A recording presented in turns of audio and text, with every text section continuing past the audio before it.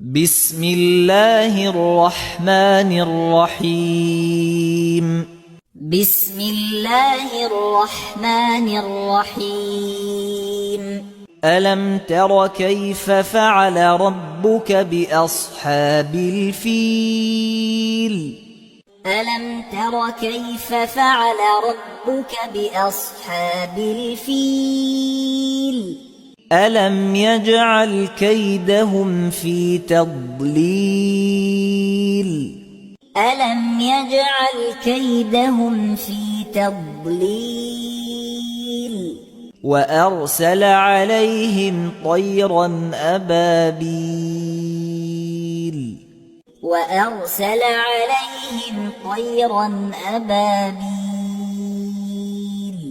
ترميهم بحجارة من سجيل